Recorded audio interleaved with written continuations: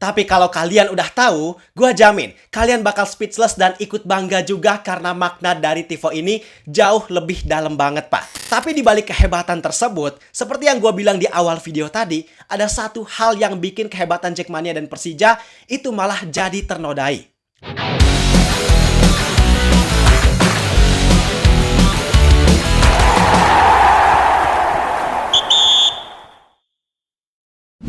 Stadion utama Gelora Bung Karno sukses disulap menjadi panggung pertunjukan yang megah ketika laga antara Persija Jakarta versus PSIM Yogyakarta. Harus diakui, Persija dan Jackmania di laga ini benar-benar keren banget. Respect dan shoutout banget untuk mereka. Banyak momen yang terjadi di laga ini, mulai dari momen yang respect, epic, gila, hebat, sampai momen yang sangat disayangkan yang bikin momen hebat ini jadi sedikit ternoda. Pokoknya semuanya lengkap, semuanya bercampur aduk menjadi satu.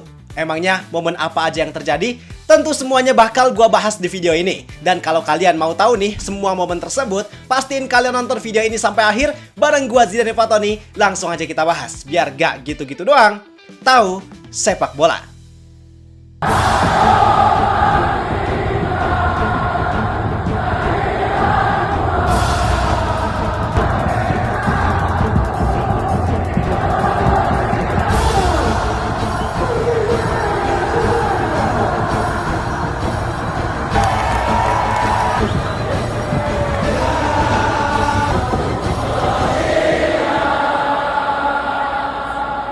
Jadi kalian udah lihat kan bagaimana gilanya Jackmania di laga ini? Seperti yang udah pernah gua bahas di video beberapa hari kemarin, bahwa koreo atau tifo yang ditampilkan oleh Jackmania di laga ini menjadi yang termahal sepanjang sejarah mereka membuat tifo. Dan pas kita lihat, emang benar apa yang dikatakan oleh Ketua Umum Jackmania Bung Diki Sumarno yang katanya biayanya sampai habis ratusan juta, hasilnya memang worth it dan sepadan. Khususnya di laga ini ada dua tifo besar yang ditampilkan di Tribun Utara dan Tribun Selatan. Untuk Tribun Utara, bisa kita lihat di sini ada gambar Macan Kemayoran selaku maskot dari Persija Jakarta, yang di sini Macan Kemayoran tersebut sambil memegang banyak piala. Kurang lebih ini ada 11 piala yang lengkap ditulis dengan tahunnya juga sebagai simbol bahwa Persija Jakarta pernah juara kompetisi kasta tertinggi sepak bola Indonesia sebanyak 11 kali di tahun-tahun tersebut. Yang rinciannya adalah 2 kali juara di era Liga Indonesia, sedangkan 9 lainnya adalah ketika eranya Perserikatan. Tentu tifo ini menggambarkan bahwa Persija Jakarta adalah klub yang punya banyak prestasi. Seolah Jackmania itu pengen menunjukkan ke semua orang bahwa ini loh kehebatan Persija, ini klub yang bukan sembarang klub. Tapi klub ini memang jadi salah satu klub yang berprestasi di Indonesia. Dan jujur, pertama kali gue lihat tifo ini gue langsung terpukau banget. Kesannya itu megah dan mewah banget. Dan gue yakin pasti yang terpukau sama koreo ini bukan hanya Jackmania, tapi semua supporter di Indonesia, mau itu Semeton, Brajamusti yang hadir di stadion, Bonek, Aremania, sampai Bobotoh sekalipun, pasti semuanya terpukau. Dan kalau mereka disuruh ngasih nilai secara objektif, pasti rata-rata dari mereka bakal ngasih nilai 10 of 10. Kemudian tifo yang kedua dari Tribun Selatan.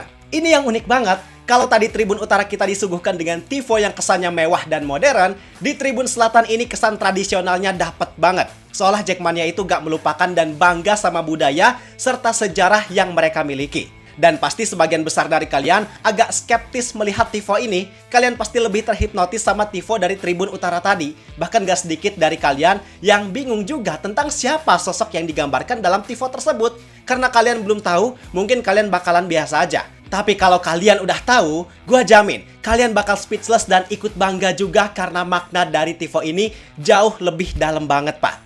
Jadi untuk tifo dari Tribun Selatan ini, orang yang digambarkan bukan sembarang orang, melainkan mereka menggambarkan sosok salah satu pahlawan Indonesia asal Betawi yang bernama M.H. Tamrin. Beliau adalah salah satu pahlawan yang memperjuangkan kemerdekaan dan hak-hak rakyat Indonesia pada masa penjajahan Belanda. Nah, apa hubungannya dengan Persija Jakarta? Jadi M.H. Tamrin itu merupakan salah satu tokoh yang mendirikan Persija. Kontribusinya untuk Persija benar-benar besar banget karena beliau banyak mengorbankan harta dan tenaganya untuk Persija. Bahkan di zaman tersebut, M.H. Tamrin bukan melihat sepak bola sebagai olahraga doang, melainkan beliau menjadikan sepak bola, khususnya di sini Persija, sebagai alat perjuangan dan penumbuh rasa kebangsaan. Sehingga dengan hadirnya Persija, beliau berharap supaya Persija bisa jadi wadah untuk menyatukan semangat nasionalisme. Jadi itu, Pak, keren kan? tokoh yang digambarkan oleh kawan-kawan Jackmania ini emang bukan tokoh yang sembarangan. Makanya pas gua lihat, wah, gua bener-bener respect banget karena di situ mereka bukan cuma menggambarkan tokoh pendiri Persija, tapi di dalamnya juga ada nilai nasionalisme yang sangat tinggi. Ditambah lagi, di belakang gambar MH Tamrin ada gambar maskot Persija sekaligus gambar orang Betawi gitu, pakai pakaian khas Betawi dengan gaya lagi pencak silat. Seolah gambar itu bilang bahwa ini loh budaya Betawi, budaya Jakarta dengan semangat untuk berjuang dan bertarung untuk memenangkan sebuah pertandingan. Maka udah lengkap banget. Nilai historisnya ada, nilai nasionalismenya ada nilai budayanya juga, bahkan nilai fighting spiritnya juga ada.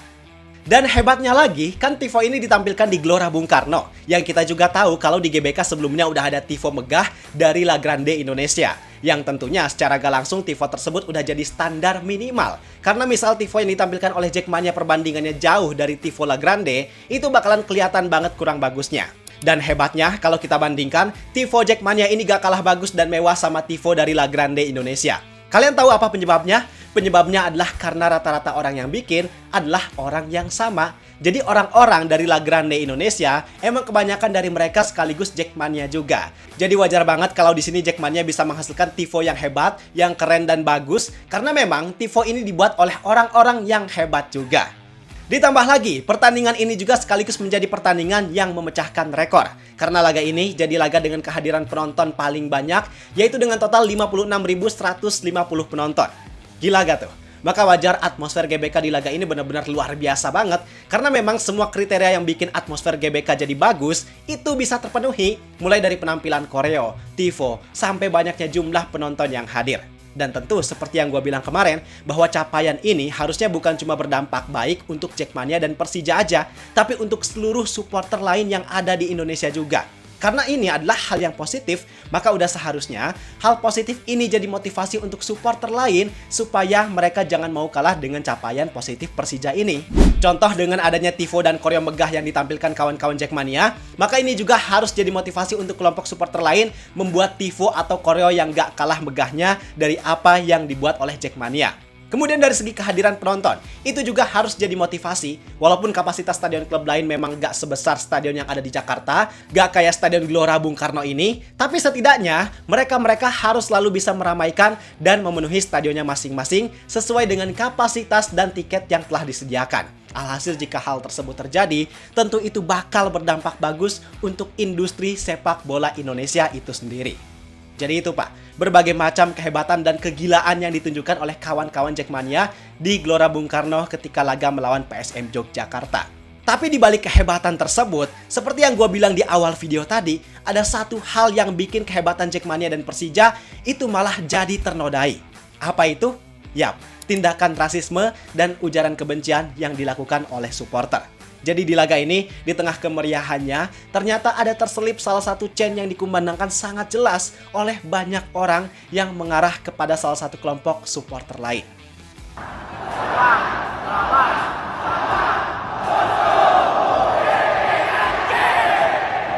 Gua tahu di antara mereka memang ada rivalitas mereka memang sangat tinggi, tapi ketika hal kayak tadi dilakukan, ini sama sekali gak keren, sama sekali gak bakal mendapat pujian dari pihak manapun. Padahal kelompok supporter yang mereka hina, gue sebut aja Viking yang umumnya adalah bobotoh, banyak dari kawan-kawan bobotoh tersebut yang menaruh respect tinggi. Di momen ini karena Persija lagi merayakan ulang tahun, banyak dari mereka yang justru mengucapkan selamat ulang tahun buat Persija. Bahkan organisasi Viking itu sendiri sering banget menebar kebaikan, menebar virus perdamaian kepada seluruh kelompok supporter. Tapi sayang, respect dari bobotoh dan Viking itu malah gak dibalas dengan hal baik dari sebagian kawan-kawan Jackmania. Gua tahu gak semua Jackmania melakukan hal tersebut, tapi gua juga bingung. Gua mau nyebut oknum tapi jumlahnya terlalu banyak. Maka ini jadi hal yang sangat disayangkan. Ketika Jackmania yang sukses membuat koreo, menciptakan atmosfer bagus di GBK, tapi semua itu malah rusak karena kelakuan dari sebagian supporter yang melantangkan chant bernada rasis tersebut. Dan ini jadi hal yang gak bisa kita biarkan. Kita jangan menormalisasi hal buruk. Gua tahu ini adalah hal yang sulit dikontrol karena jumlahnya terlalu banyak. Pemahaman dan kualitas dari semua supporter tentu gak semuanya sama. Tapi ayolah, harus ada tindakan nyata dan tegas supaya hal-hal kayak gini itu gak terulang lagi. khususnya dari Komdis PSSI. Gua lihat sebenarnya ada regulasi yang mengatur terkait tindakan ini, yang tercantum dalam Kode Disiplin PSSI 2023 pasal 60 terkait tindakan diskriminatif pasal 1 dan pasal 2. Yang intinya, dalam regulasi tersebut, jika ada penonton atau kelompok supporter yang melakukan pelanggaran bersifat diskriminatif terhadap orang lain dengan menggunakan perkataan atau tindakan yang bersifat menghina, maka klub yang bersangkutan dikenakan sanksi berupa denda sekurang-kurangnya 450 juta rupiah. Itu regulasinya jelas ada dalam Kode Disiplin PSSI. Tapi sayangnya, gua rasa regulasi ini jarang atau bahkan hampir gak diterapkan. Padahal tindakan tersebut bukan cuma terjadi di laga ini doang, tapi di beberapa laga lain dan oleh pihak lain sering dilakukan. Tapi entah penerapannya kayak gimana. Dan daripada kita mengandalkan Komdis PSSI yang kurang jelas, daripada kita bertindak reaktif, lebih baik untuk kita bertindak secara proaktif. Artinya kita harus bertindak sebelum masalah yang lebih besar itu muncul. Dan gua di sini pengen mengajak ke kalian semua, bukan cuma Jackmania, bukan cuma Bobotoh, tapi semua supporter lain juga. Mau itu Semeton, Brajamusti, Bonek, Aremania, semuanya tanpa terkecuali. Untuk kita sama-sama menciptakan rivalitas yang sehat. Ketika mendukung tim kebanggaan berlaga, silakan, harusnya kalian fokus untuk mendukung tim kebanggaan masing-masing tanpa menyenggol pihak manapun. Apalagi pihak yang nggak terlibat dalam pertandingan tersebut. Karena nggak ada untungnya juga kan kalian menyenggol pihak lain. Apakah itu bakal menjadikan energi positif buat tim kebanggaan kalian? Tentu tidak. Dan tentu jika kita bisa melakukan hal ini, kita bakal menciptakan kultur budaya supporter di Indonesia yang bisa tercipta dengan lebih sehat. Sehingga efeknya ke depan, nggak ada lagi tuh kasus-kasus negatif lainnya yang berhubungan dengan sepak bola. Karena ingat, sesuai sama keinginan atau tujuan dari MH Tamrin, bahwa sepak bola itu bukan sekedar olahraga, melainkan sebagai alat perjuangan dan pemersatu semangat nasionalisme. Itu poin pentingnya. Semoga apa yang gue sampaikan di sini bisa bermanfaat. Terima kasih, gue Zidane Fatoni, dan sampai jumpa di video berikutnya. See ya!